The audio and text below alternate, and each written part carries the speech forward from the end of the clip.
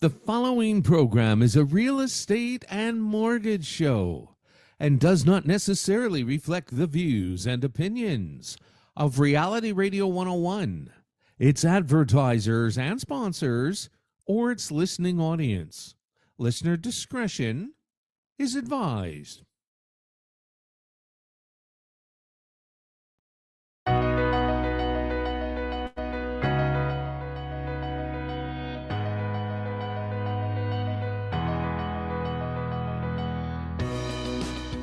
Good morning and welcome to Your Home, Your Money with your hosts, Randy and Anthony, right here on Reality Radio 101.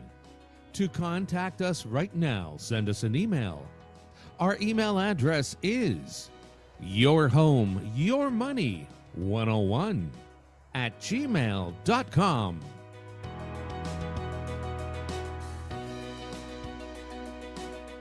And now, right to your hosts of Your Home, Your Money, Randy and Anthony. Randy and Anthony. Hello, folks. Good morning. Just checking out some stats here. Getting kind of excited for the new year. What's happening with the Toronto Real Estate Board? What's going to happen? Are we going under? Are realtors going bankrupt? The answer is yes to all of those questions. You know what you remind me of? Who's that guy who has like all those? He's like a market guy, and he always has all these props. He's always hitting the these bells. things. Yeah. That did work for a while. I haven't heard much about him with the bells. But then again, we don't watch stocks, so. I was watching one YouTuber in the real estate space, and he was saying how many realtors are going basically under this year. They were able to manage through last year, because if you think about it, if there's 70,000 realtors and only 65,000 transactions, it doesn't take a lot to realize that the market is there's way too many realtors, and even for the experts in the field, the transactions are extremely low. So no matter whatever your carrying costs were, now to try to earn enough to take care of your carrying costs and your family, and forget about your previous lifestyle, because that's pretty much out the window in a lot of cases. And a lot of people say, well, I don't feel bad for those realtors. You don't need to feel bad for them. The problem is it doesn't just stretch across the real estate industry. This new reality is there for many Canadians. And for one of the first times that I've ever heard of, and I guess maybe some of the older people like Anthony may have heard something different, but we have people who are homeless who are actually have jobs, who are actually working, but they can't afford a home. And so we are in a really unique and probably troublesome situation.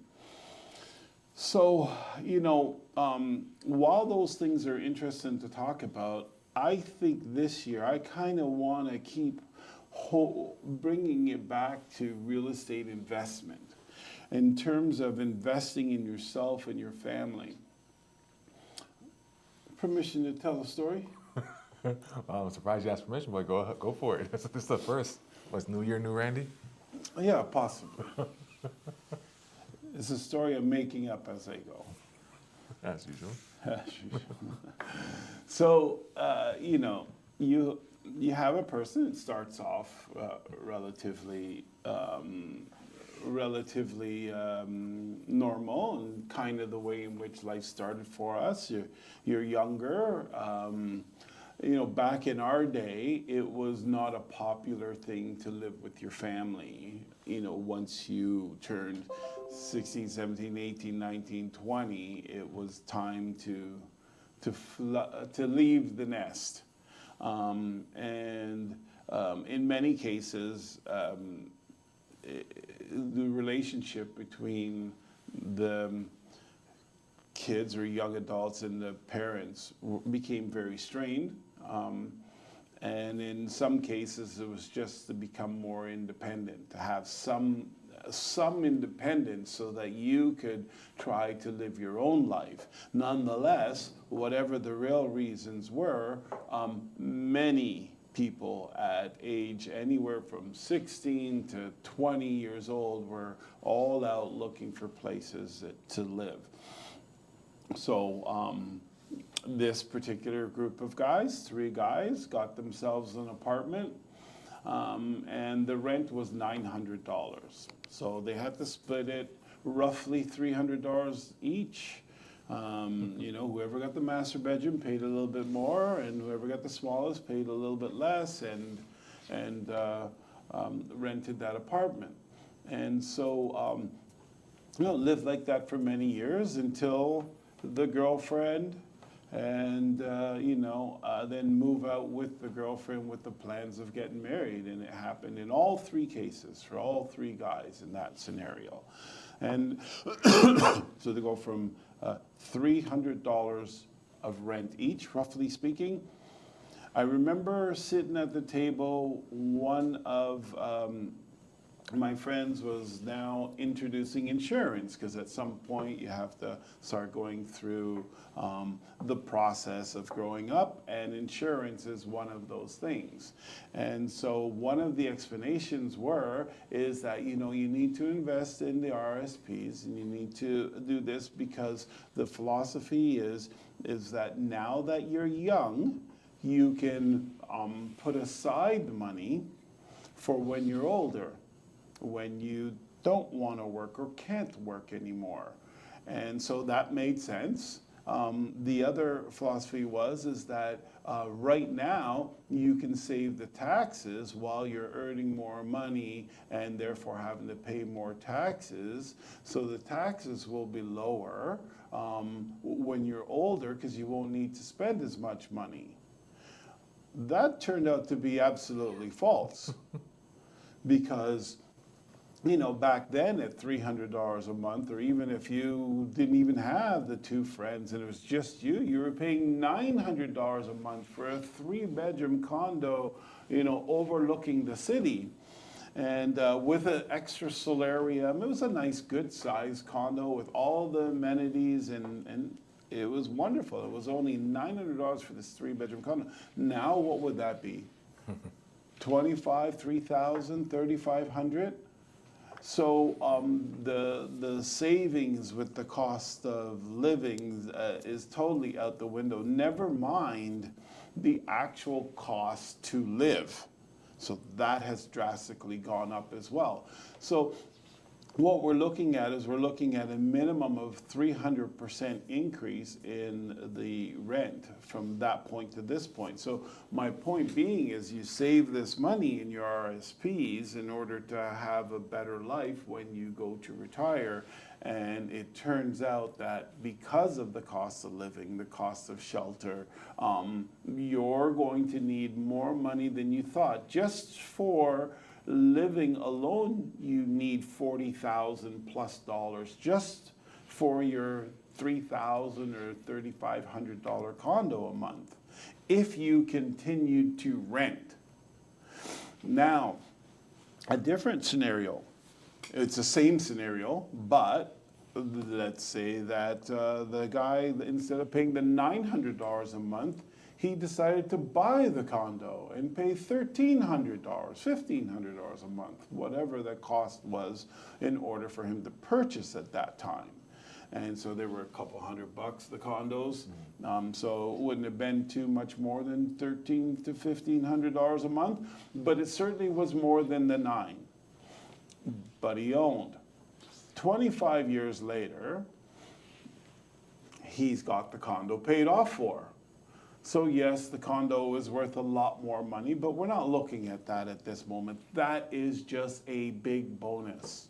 What we're actually looking at here is the fact that he had to pay call it $1,500 a month for 25 years, paid off his condo, and now where the renter is paying $3,500 a month to live, he's paying nothing but some taxes and some maintenance, and that's it.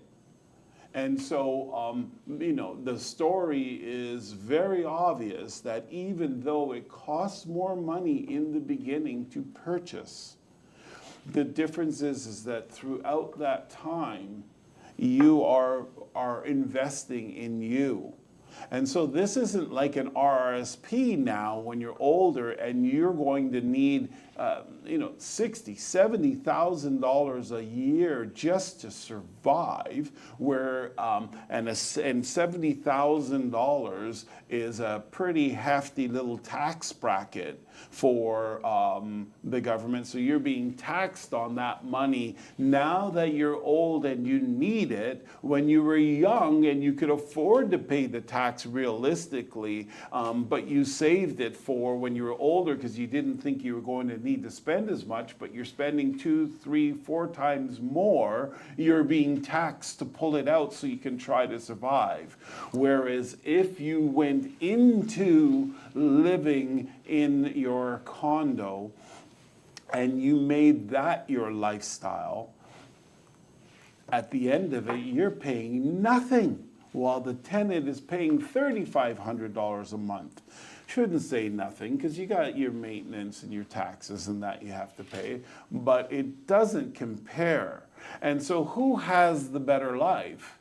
What is the better scenario? So given that as, the way to sort of look at things when it comes to real estate, here we are now, fast forward, in a time that's really, really difficult to navigate. I'm going to be honest, I'm sympathetic to many, many people. We had 17 new files come across our desk yesterday. We were feverishly trying to work through them and just to see what the situation is. And almost in every single one of those situations, the people are being forced to sell. In almost every single one of those situations. And it's because they are overextended. So that leads to a different problem. And so conservatism is really important today. Today, being conservative with your purchase is more important than ever.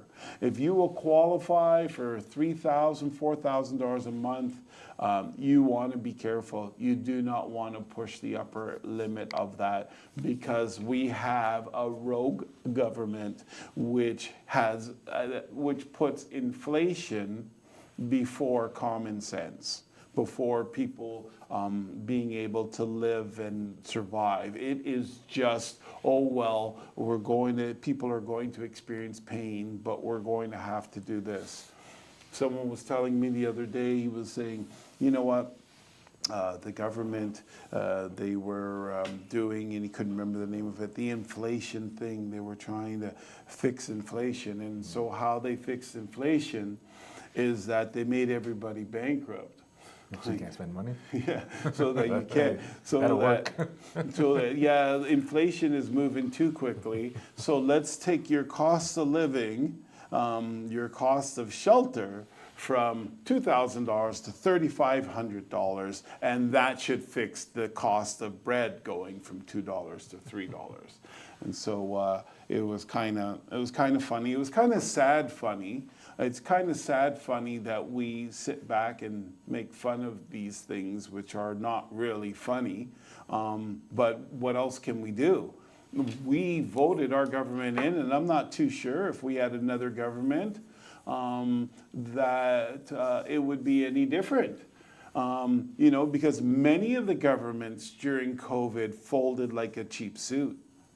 If you think about it, there's only a few leaders within the world that said that this is the wrong way to handle COVID. And in the States, they had Donald Trump, and look what they did to him.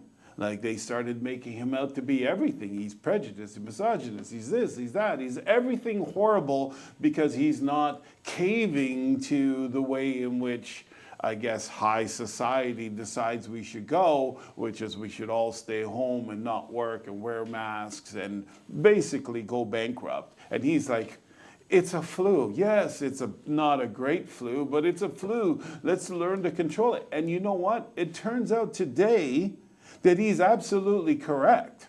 And we were all sort of fighting against that. I shouldn't say we all, because there was a number of people like myself that were like, this is kind of stupid. But I would say about 30% of the people, maybe 20% of the people were fighting against it. And because of that, you became an outsider. And you were ostracized. And then you were embarrassed to even say your viewpoint. And in the case of him, kicked out of power. And if you go back and you look at everything today, look at the mess that we got ourselves in. That's the mess that we all voted for, that we all think was okay. All of us losing our civil rights, all of us having to close down our businesses, half going bankrupt, that many of us haven't even recovered from that yet. You know, years later, we still haven't even recovered, and now we're living in a society where things are very expensive. So be careful that you do not go to the extreme limit of your budget. Stay within a comfortable limit, because we don't know what our government's going to do. But I realized on our last show that I ended it on half of a thought. And that half of a thought was when I said that things aren't going to stay like this. They are going to get better. Okay, now better doesn't mean that the price of homes is going to go down. Better doesn't mean that affordability will be better. In other words, the cost to purchase a home and carry the home to become less. I don't mean better that way. I mean better in the actual opportunity to purchase a home. Because what's going to happen is right now the Canadian dream is dead. It is dead. There is only approximately 20% of the population that can afford a home, period, right now. Okay, that means 80% is out. And traditionally, it was about half-half. Okay, and then even in the half that couldn't really or wouldn't do it, there was a portion of them that could do it. They just would never buy a home because they didn't see the value. They didn't realize at the end, well, they do realize it, but they didn't care because they thought that they could take their additional money. Remember the story saying between $900 and $1,500, they would take that $600 and invest it. And then with the investments, they would make up more money than the person who purchased the house. The only problem with that is you are assuming that what you invested in doesn't go belly up.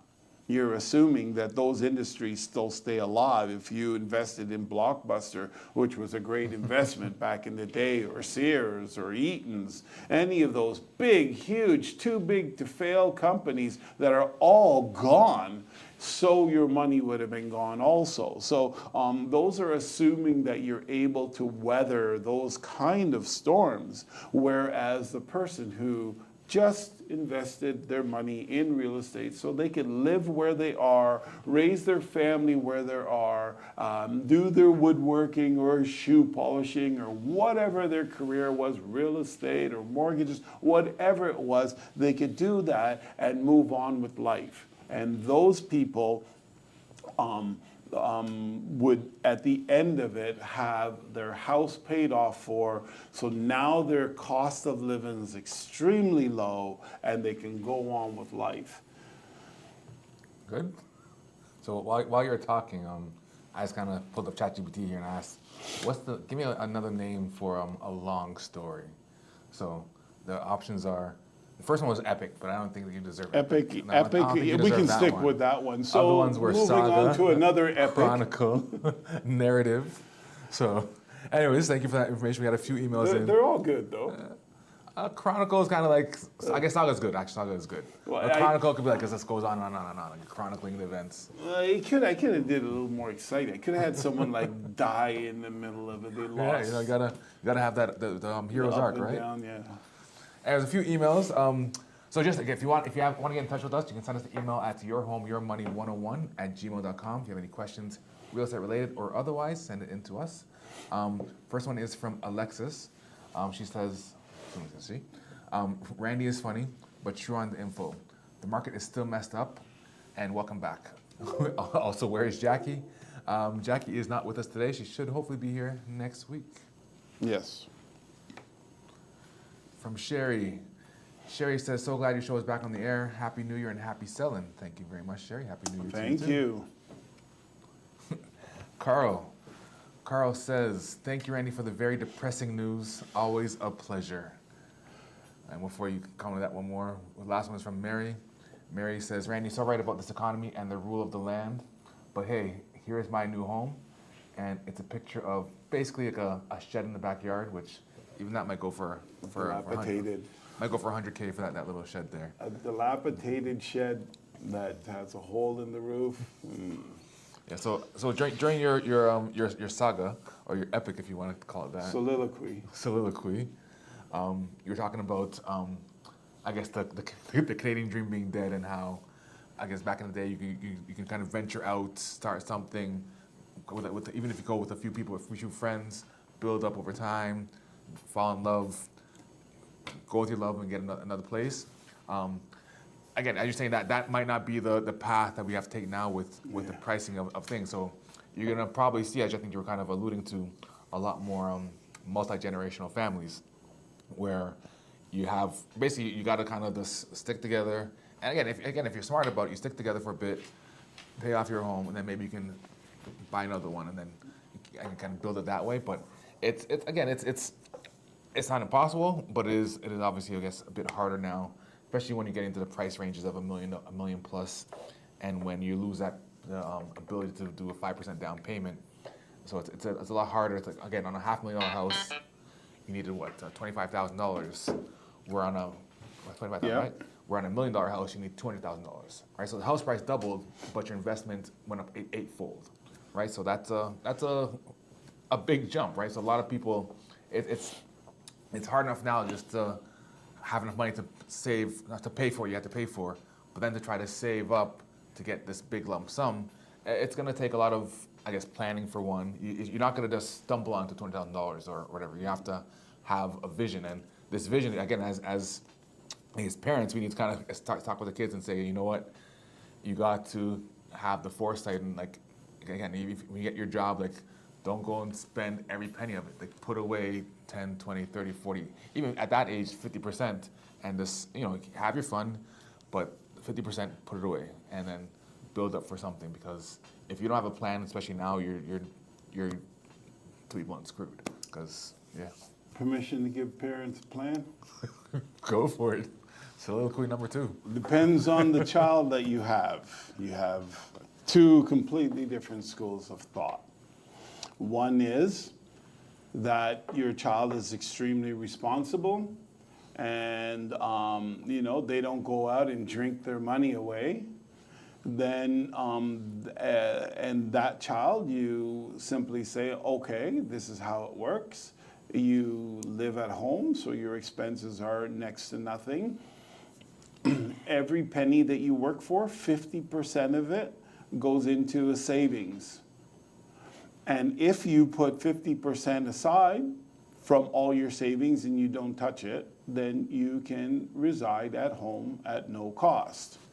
But if you have a rebel child that doesn't do that and show you that they're actually living up to those, then you charge them rent and you make them pay and you put that money aside for them, because later on at some point, and not only do you charge them rent, you keep raising it. Every year you raise it, make it higher and higher and higher, to the point where then eventually they're going to want to move out and pay the market rent. And you keep saving all that money that they give you. And what you're doing is you're just making it, in a mild way, unbearable for them to just hang out and do nothing. And I had a young man in here. He was on co-op. He was working, and he made the mistake of complaining to me about how his mother is charging rent. She's so unfair and that. And I go, oh, do you think she's doing it because she's mean, Or do you think she's doing it to teach you something? Oh, no, she's just mean. She's mean. I said, okay. So I went and found these parenting videos. Then I said, here we are in a situation where the parent is stuck with one of two ways of raising you. And so here are the two ways that you put aside 50%, you have a loving relationship with your family, and you live in harmony, and you're saving money like crazy. Are you like that? No. Okay. And then I asked them, hey, have you told your mother that you loved her? And I don't tell her. Oh, do you hug her? No. Okay, so you don't hug her, you don't tell her you love her. This is your mother. And you are mad because she's charging you rent. So and I put him down in front of a gentleman who talked about this philosophy of charging the child to the end, raising the rent until he had to go and leave home because it was actually cheaper to go somewhere else. And he learned responsibilities and everything. And then how many years later, when he went back and talked to his mom, having dinner, I'm going to buy a house, she handed him a check for $10,000. Here, put this towards your house. It was the rent money. And he realized it all came full circle. I go, can you see yourself in this picture? And he said, yes. You know what happened? He started telling his mother that he loved her. He started hugging her. He started doing good things for her. There's no more rent. It's gone away. And I said to him, I don't understand. What do you mean there's no more? Just doesn't. So I say, it was you. So my question to him was, do you believe then that it was your mother that was off or you that was off? It was me, yeah, the way I was dealing with it. I go, okay, well, that's great. So so it is true, make your children put aside 50% if they're living at home, and they have to save 50%. That will teach them a lot because. Before you go on, okay, Hank just asked, are you talking about your kids? I guess. Yeah, the same thing applies for my kids, but my kids, they're not the rebel style. They're the I love you and hug you style kids. Yeah, and in terms of money, we're the poor ones now. Our kids are the rich ones. So life is a little different in our house. It's actually might turn around and change now. We will be the ones that will have to put aside half of our income. And they're the ones that are going to have to carry things because Justin Trudeau has flipped everything on its head. Oh, Lord. Okay. I don't think there's any more emails, but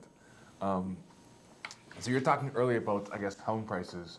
And I was going to talk about this last week, but somebody had a lot of long stories last week, too. I'm not going to call names because it's not my style. Yeah, it doesn't matter who it was. Yeah, it doesn't really matter, right? So, yeah, last week I had an article about, I guess, rent in the GTA, and talking about how basically Toronto landlords are no longer in the driver's seat in 2024, so this article is saying. And one of the big reasons, I think, is because of the condos, a lot of condos being on the market, which kind of, I guess, softening the rental market a little bit. So basically, this article is on to say that there's been a 75% increase in rentals in condo inventory, and a 53% surge in freehold market rentals between September and December of 2023. So I know we've been talking about how it's been crazy to get into the rental market. I'm still it's a lot harder than it used to be, but that may soften a little bit because of all the inventory that's coming on the market. It's supply and demand, right?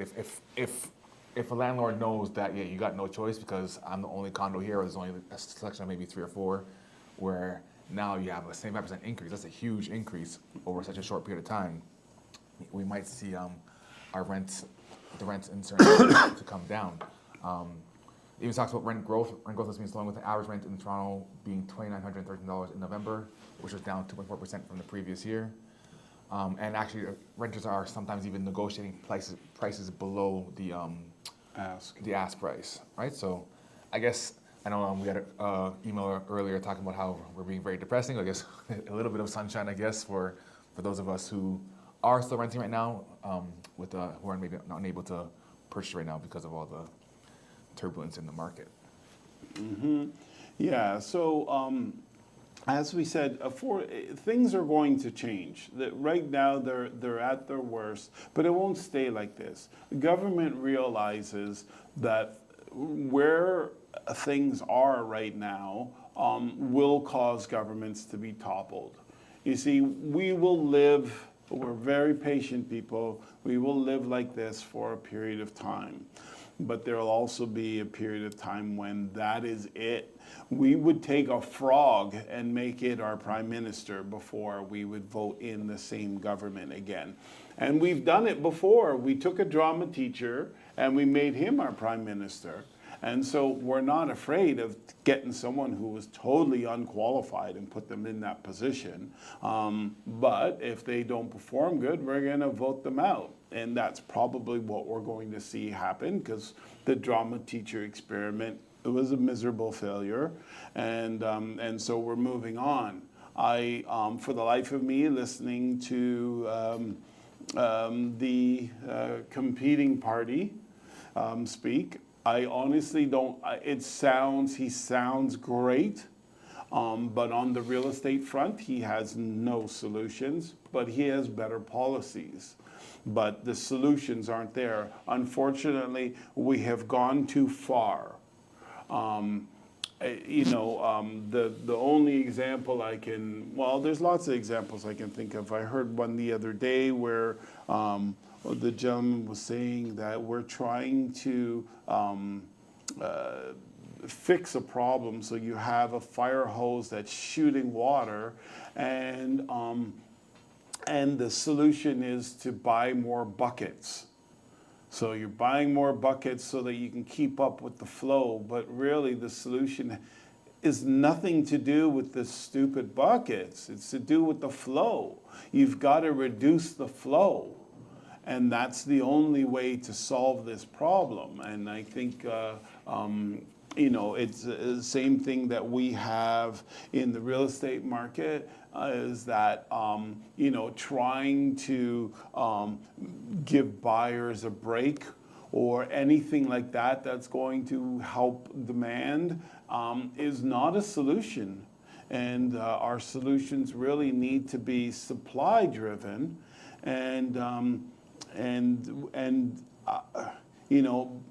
affordability is going to be our second play, because the problem that we're having, and it's a problem and it's not necessarily a problem. It depends which side of the fence you're on. If you're a homeowner and you're not caught in the last 2 years of purchasing, which is really these people who are really hurting, those people are caught in the last 2 years where government sort of misled us with their words and their actions. They absolutely misled Canadians, and they turned on a dime, and then everybody is saying that they're stupid and they're irresponsible, but I don't agree with that. They were absolutely misled, and misled on purpose, because at that time the government wanted to stimulate the economy, so they wanted people to go out and spend and make money and borrow.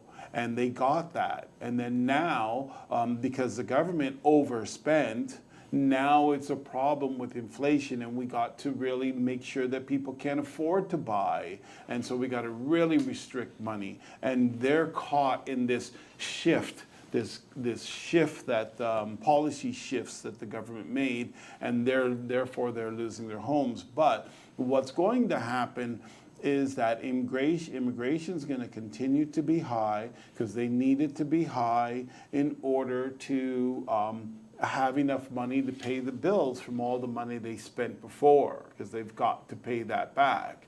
And so right now we're seeing our taxes. All homeowners are experiencing a very high tax hike. If you're in the Durham region, I believe it's 7.2. If you're in Toronto, right now they're talking about 10.5% increase for all homeowners' taxes. And so for renters, that may say, well, good for them. Well, not necessarily, because when it converts into rent, that money's being transferred over to you. So you don't get away with these things scot-free. You raise taxes. They raise taxes on everything. You raise costs on gas. Well, and then you see apples go up, and you're going, well, what the heck does apples have to do with gas? Well, because it takes gas to get the apples to the store. And so there's an increased cost in bringing the apples to the store. And no, that's not going to be borne by the driver. It's not going to be borne by the store. It's going to be borne by the consumer. And so these rate hikes and tax hikes and all this stuff that they need to do to support the money that they spent like crazy during COVID is coming home to roost, and we have to pay for it. And so what we're going to eventually see, as Anthony was alluding to in some of his stories, and we're going to see it all over the place, one of the misjustice is that on a $500,000 home, which is almost impossible to find now, you only need a $25,000 down payment. Whereas if you double the price of that home, you need $200,000 for your down payment, which is 800% higher, so 8 times more that you have to come up with for double the home. And it just so happens double the home is just an average home, is below an average home today. And so these are the kind of things that make it a barrier to get into the market, that are things that are going to change. And they're going to change in time. They're not going to change just now. The reason being is because if they change it now, they're increasing our opportunity to buy, which is increasing demand, which is causing more strain on the housing market. So there's a delicate balance in what they have to do, but things are going to change. That will be one of the injustices that will change. It won't take 8 times the amount to buy from the 500 to $1 million later on. You won't be stuck with only a 25-year amortization, which makes your payment too high to get in. Is that what you're hoping is going to happen? They're going to open that up. I don't know what number, but they're going to have to change it, because Canadians are not going to at all like their politicians when they are close to bankruptcy, when there are no dreams, when the barrier to housing is next to impossible. So therefore, these politicians, in order to get the votes, they're going to have to come up with solutions. So they're going to put pressures on CMHC. They're going to put pressures on OSFI. They're going to put pressures on the Bank of Canada. And even though these are separate arms of the government or crown corporations, they're going to buckle to the pressure. They're either going to use pressure or incentives, and they're going to change policies to make to try to bring the Canadian dream alive. And at that point, you're going to see real estate start to take off again, and people will be happy if the prices were back down to 1.4 as an average price. And it's inevitable that that's going to happen. Well, we shall see. You got a few emails during your second soliloquy. First one's from Steve and one from Robert, both kind of the same kind of topic.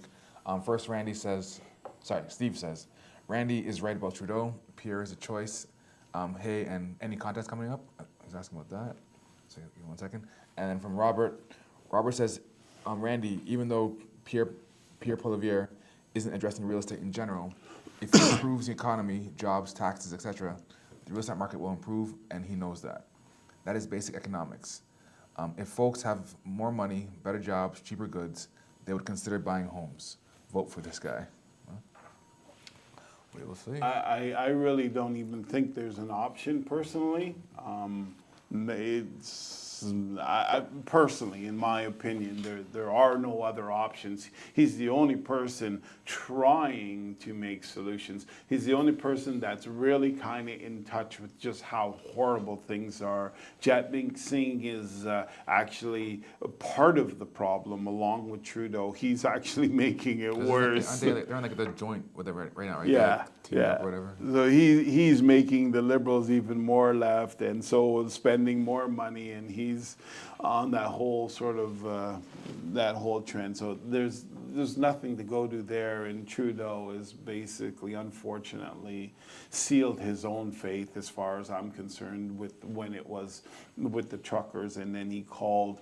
Basically, most of us said that our way of thinking was unacceptable, and that sealed it for me. And then he wouldn't even communicate with the truckers, and then wanted to arrest them and take their bank accounts and stuff like that. Dude, you have gone too far. You have got to go. Regardless if I like liberals or not, having a leader like that is certainly not what I think Canada needs. I think all he had to do was go out and talk with them and understand that, hey, you're shutting down people's livelihoods. You're forcing people to take needles that they don't necessarily want to take. And if you get the needle, you still get COVID. You still give COVID. So what the heck? Stop the draconian methods. But he didn't want to listen to that, and because of that, there's a lot of people that he turned off that were supporters. But nonetheless, so I don't believe there's any other choice. I think that's the only choice that we have. I watched his, his real estate related video where he was going to help with real estate, and I thought that that was a great PR measure. For people who are not real estate professionals, it all sounded really good. But if you're a real estate professional and you're studying the industry and how policies affect the industry and the problem that we have at hand and what policies are going to add to the problem and what are going to take away from the problem, it really wasn't solid.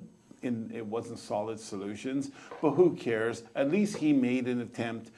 The other sides aren't even making that attempt. They're just telling us that everything is great and it would be worse if the other people are in party, and that's just not good enough, I don't feel. So that was one email address. The one before that was, are we going to have any other draws? We are absolutely going to have draws, and it's actually going to get exciting. We are in the process currently, right now, in the process of changing the way in which we conduct our business. And so to me, it's just very exciting because I feel like we've found our voice. I feel like we've found our place in life. And so we were constantly moving around previously, running little programs, having a little bit of fun, trying to do a little bit here for our audience and things of that nature.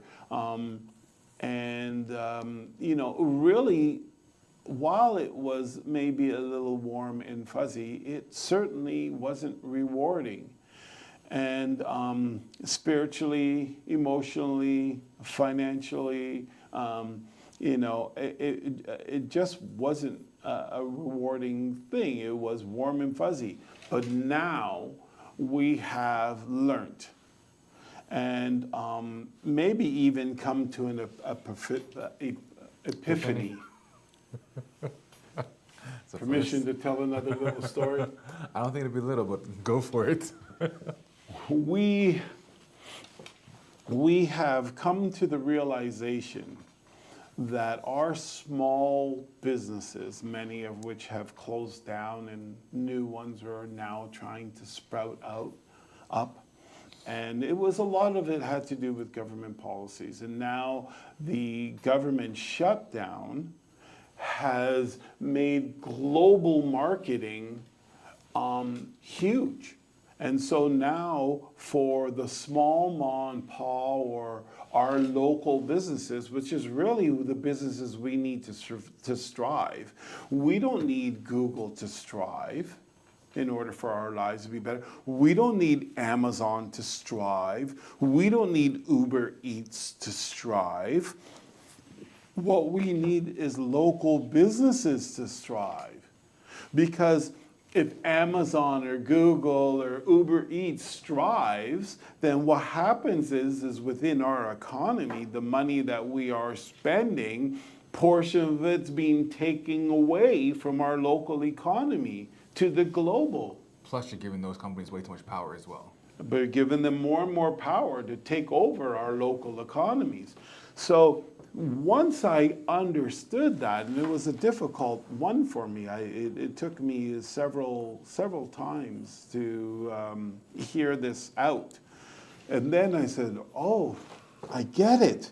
Okay, so, but what's the solution? Well, the solution is to support the local economy. So as realtors, one of the things, and this is what I'm probably most proud of right now. Now I'm getting older, so maybe that has something to do with it, but one of the things I'm most proud of is I realize that real estate agents, they are the people who are in the economy talking to everyone. And so, you know, we're talking to business owners, we're talking to the landscapers, we're talking, whether they are doing that work for our clients or doing that work for us, or they are our clients. We are the ones that are communicating with them. So why do we not take on a different role? If we're constantly in the community dealing with the landscapers and the contractors and the taxman and the housewife and the husband that goes in with the restaurant or the wife that owns the restaurant, you know, any of these business owners, if we're dealing with them, why don't we put all of our marketing efforts, every single ounce of it, into helping those local businesses? Instead of into promoting ourselves, we promote them. We sponsor these local businesses to promote themselves. We help them to reduce their costs of advertising by us advertising with them. Therefore, well, we have to advertise. When we list a home, we have to send out flyers and brochures and all these kind of things anyways. So the local businesses, why are we not marketing them as well? Why aren't we giving away to the new buyers coming into the neighborhood a welcome package from the businesses who are in the neighborhoods? So that these new, you know, residents to the community have, you know, oh, well, there's this restaurant, there's this store, they're giving us these specials, they're giving us this gift card, they're giving us this stuff as a welcome package to the neighborhood. Now let me go and explore my neighborhood. Why, as realtors, are we not doing more for our community? Why are we not cross-pollinating with the businesses within our community? So we have now decided to team up with different organizations that promote small local businesses. And we will team with those organizations and take their tools and become a sponsor of them so that we can take these tools and give them to the local businesses for free.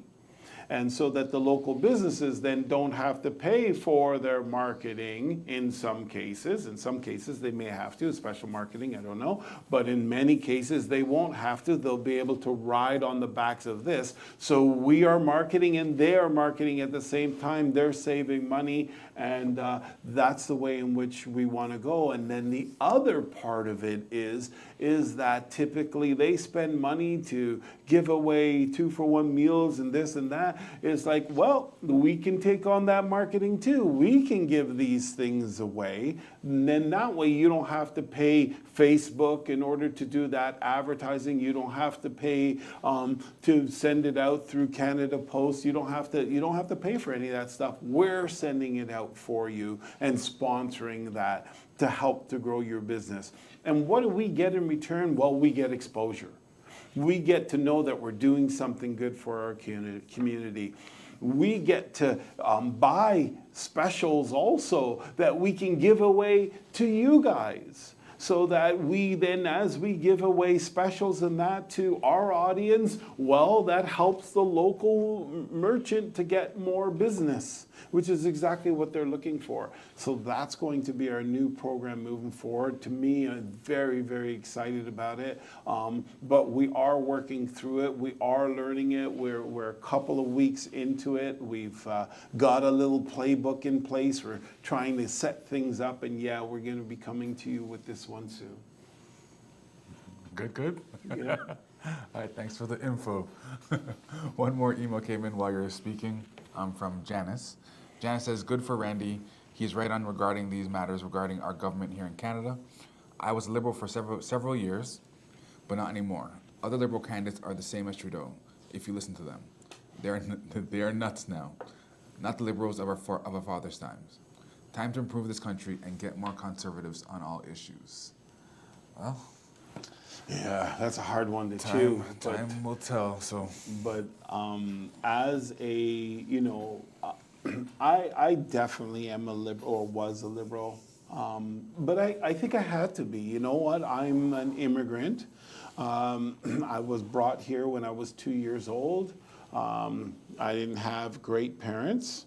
I ended up in the foster care system, so I ended up being not only just an immigrant, but what would you call that? Like my father. Justin Trudeau is my father. or his dad at that time. Or his father at that time. So, you know, what I owe to this country is pretty much my life, and I recognize that, and that was liberal policies at the time. So, you know, it's really hard to divorce myself from that situation. However, at this point in our lives, at this point in my life, I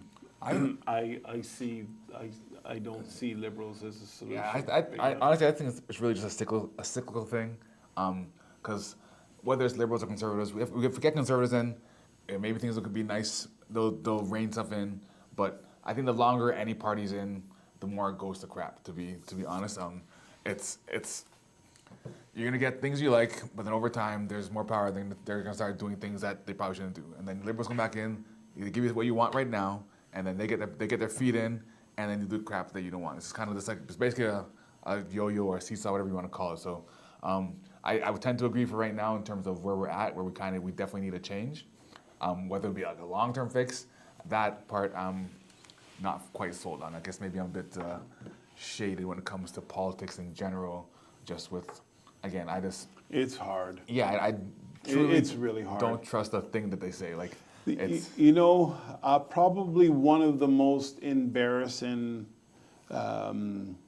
political. Canadian politics, anyways, situation. I remember, is it Ron Harper? there was a politician named Ron Harper, I believe. Yes. And he Stephen was, Harper. huh? Stephen Harper. Stephen Stephen, Harper, okay. that's it. So I remember him. I was fairly young back then. He had white hair, and I remember he was just a stiff neck. Didn't like him, not even a little bit. I don't know why I didn't like him. And that's what made it embarrassing. He took out John Grisham? No. Or was it John Grisham? Stephen Harper. Who won after Stephen Harper? Is Is it It would have been Trudeau. Trudeau. Oh, Justin Trudeau? That's correct. Oh, man. So I remember him coming on, because one of the things is he just wasn't relatable. He was super responsible. He was running things really, I think, really well. He was, well, you know what, if we don't have the money, we can't spend the money. And, you know, we all thought he was too tight, and we wanted free stuff, I guess, and we wanted legalized pot, and we wanted these things, and therefore we voted in Justin Trudeau. But I remember he went out on stage and he played a Beatles song on the piano, and I was like so surprised that he had a personality. But it wasn't enough to make me switch over and vote for him. But today, after what we just went through, he was the right leader to take us through that. Justin Trudeau certainly was not. He would have been much more conservative. He wouldn't have blown all of that money, and we would have been taking a much more conservative role than the United States and other countries, whereas Justin Trudeau went out and let it. As a matter of fact, while inflation, I remember inflation was at like 8.1% or something like that, and there was a G20 meeting or a G7 meeting or one of those G meetings, and Justin Trudeau went to it, and he had a big long talk. Do you think he talked about how to bring down inflation or anything? No, he talked about climate change. For all you people out there, I'm going to throw my neck out big time, get half of yous to hate me. But this is the thing. I got no problem with climate change and trying to be a better steward of the earth and all this stuff. That's great. But paying climate change and carbon tax and all this stuff to our politicians, you think that and making e-cars and all this stuff is going to make our planet better? Do some homework. The e-cars are destroying our planet where they're building the batteries. It's absolutely destroying it. But we don't care because it's not destroying it in our backyard, right? Never mind disposing of these things is going to be a big problem. And here we are boosting up our cost of living. So now it's becoming unaffordable. We need to have more carbon tax because we're pretending that if Justin Trudeau just charges us more carbon tax, that we're going to save the planet. He's going to lower the temperature. And none of that's going to happen. They need to stop it. And the problem is that it's us, because we all want to be good people. We want to be like very loving and kind and considerate people. So we want to be this climate change, yay, rah, siskumba, whatever. But the truth of the matter is that he's not going to do anything to help with climate change other than increase the cost of our living. So if we really want to do something about climate change, let's stop tourism. Right? Stop all the planes from flying. Stop Justin Trudeau from taking, if he's got to go on a meeting, rather than taking private jet to your place to tell us that we can't eat hamburgers because it's bad for climate change, while he just flew a private jet, which will, for the next 2 years, we can't use that much carbon, the amount that he used in that trip. We stop all that. And if they're having a G7 or a G20 meeting, they do it on Zoom. If we're serious about it, let's get serious about it. But let's not just be charging taxes and all this stuff, bankrupting half of the population so you can pretend and talk about something you're doing. And so shame on every one of us out there that are all for this whole climate change initiative. Stupidness, because all it's doing is a tax grab. And if we're really serious about it, like one of my friends, we had this conversation, he was talking about how, you know what, I can't believe you're one of those denier things. I'm not a denier. I think, okay, yeah, it might be real, it might, but you charging me more tax money, I know that's not the solution. That's what I'm talking about. And the funny thing about this gentleman, what does he do? He flies into Italy and that to find out what the newest pizza oven technology is, then flies to China with the plans for the new pizza oven technology, has China make them and fly them into Canada. And he cares about climate change. He's a big, give me a break. Like, if you care about it, you care about it. And this whole taxation thing is just out the window. That's my point. Not climate change is a bad thing, or trying to stop it is a bad thing. But we're not trying to stop it. We're just trying to capitalize on it. You're trying to toe that edge. Huh? I'm in a lot of trouble. Well, I'm just trying to be specific here. Yeah, no, I hear you. So, again, not that climate change doesn't exist, but the process by which you're trying to fix climate change or address it if it is a thing is a bit of an issue, right? Where it's and again, it's, I don't know. Like, I used to hear all these things about the offset. So I use this much coal, so I'm gonna plant 1,000 trees or whatever it is. Yeah. And we got a minute and a half left. We have one last email in from Edward. Edward says, "We love you, Randy. I think." Sorry, we said subject is what we love you. Randy, I think at this time, no one is going to hate you if they have common sense. We love you, man. Thank you, Edward. So yeah, Yana, if you have a 30-second thing, I have something else to talk about. I'll do it next week. But you have a 30-second. 30 seconds? I don't do anything in 30 seconds. Well, most of the time I don't do anything. Well, Jackie's up around the corner. We're going to ask her. But anyways, just so our listeners can know, if you have any emails during the week, send them to yourhomeyourmoney101@gmail.com. We will get back to you during the week or even during the show. Thank you for joining us again in this new year. And as always, it's been Your Home, Your Money on realityradio101.com. Have a great weekend. Goodbye for now.